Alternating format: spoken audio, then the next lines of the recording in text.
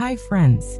Welcome back to Bipolar Talks, your mindful space to breathe, reflect, and explore real stories around mental health, especially bipolar disorder. If this episode resonates with you or someone you love, don't forget to like, comment, subscribe, and share. It helps more people find these conversations and reminds us we're not alone.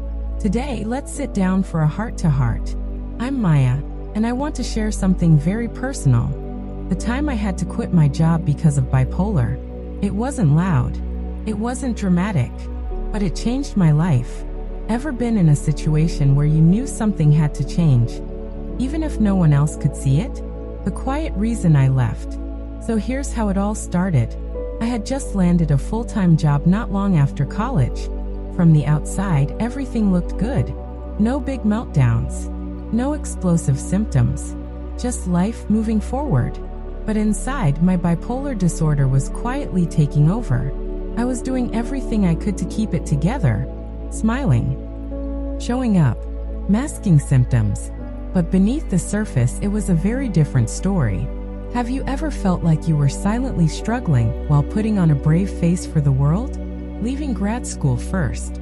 Right before that job, I was in grad school pursuing a master's in literature. I thought I'd go on to be a professor. That was the dream. But as I got deeper into the program, I realized, wow, professors don't just teach. They also have to publish a lot. And I didn't love that part. I wanted deep conversations about books, not deadlines for academic journals. I was halfway through when I decided to walk away. But it wasn't just the career mismatch, it was also the bipolar symptoms creeping in. But halfway through the program, two things became clear. 1. I didn't want the pressure to publish constantly. 2. My bipolar symptoms were interfering with my ability to keep up. I was on the wrong medications, Zoloft and Depakote, and they were causing me to cycle rapidly between depression and mania. I was missing classes, skipping assignments, and barely hanging on. Ever chased a goal only to realize midway that it wasn't what you truly wanted, or that your mental health couldn't keep up with the pace? Shifting gears to editing. After leaving grad school, I pivoted. I remembered that I'd always wanted to be an editor. I had a degree in English, some internships under my belt, and a deep love for words. I got a job at a company called Trial Graphics as a copy editor. The catch? They were very upfront about the unpredictable hours. Sometimes you'd be ready to go home at 5 and suddenly bam, stuck working until midnight. It was intense, but I pushed through. Have you ever taken a job knowing it might be a tough ride, but hoping you could handle it anyway? Pushing through unpredictability. Even with the chaotic schedule, I was thriving professionally. I worked hard and eventually became a senior editor. I even started training others in different cities. Felt like I was getting somewhere, but I was starting to wear down mentally, emotionally, and physically. The long nights, weekend work, and lack of routine began to chip away at my stability. Can you relate to that feeling of doing well on paper while feeling completely drained behind the scenes? Stopping my meds and why it backfired. Around that time, I made a decision I don't recommend. I stopped all my medications. I wasn't seeing much improvement, and my doctor wasn't really helping. So I just quit. Everything. Even my thyroid medication. I figured I'd see what happened. For a while, nothing seemed to change. But once I restarted my thyroid meds about a year later, the bipolar symptoms came roaring back, and fast. I had no idea how connected those things were. Have you ever made a choice out of frustration or burnout and didn't realize the impact until much later? Symptoms, stress, and isolation. Suddenly I was back in the cycle, manic one week, depressed the next, and all while working long, unpredictable hours. I felt trapped. Making plans with people felt impossible. I either had to cancel or was too exhausted to try. As an introvert already struggling to connect, this made everything lonelier. My mental health was unraveling quietly, and no one really saw it.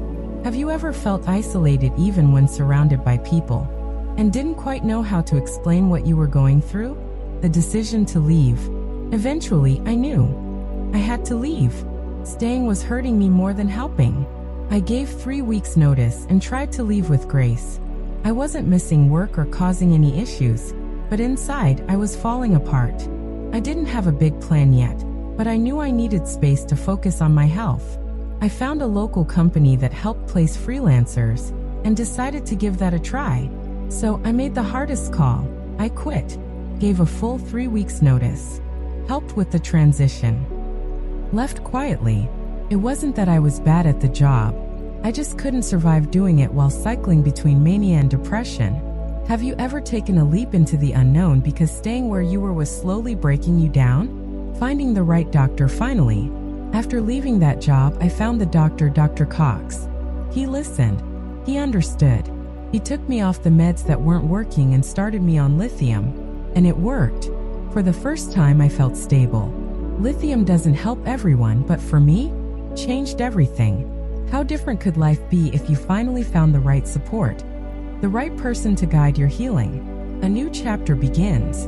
With lithium helping, I found part-time freelance work, dipped into savings, and slowly got back on my feet. A few months later, I landed a full-time freelance role in Reston, Virginia. Funny story. That job ended up connecting me to my future husband. He lived nearby, and I only agreed to meet him because I'd learned the drive wasn't that bad. The rest is history. Isn't it wild how the hardest chapters sometimes lead to the most unexpected blessings? A stepping stone that worked out. That copy editing job? It wasn't forever, but it was exactly the stepping stone I needed. I only stayed for a year and a half instead of the 2 years I'd hoped for, but it was enough. Soon after, I got hired at ASM, where I still work today. With the right treatment, the right support, and a bit of luck, I was able to build a new life that worked with my bipolar, not against it. Can you look back now and see how some endings led to better beginnings? To anyone struggling at work, if you're working a job that's hurting your mental health, please know this. It's okay to leave. It doesn't mean you're weak. Doesn't mean you failed.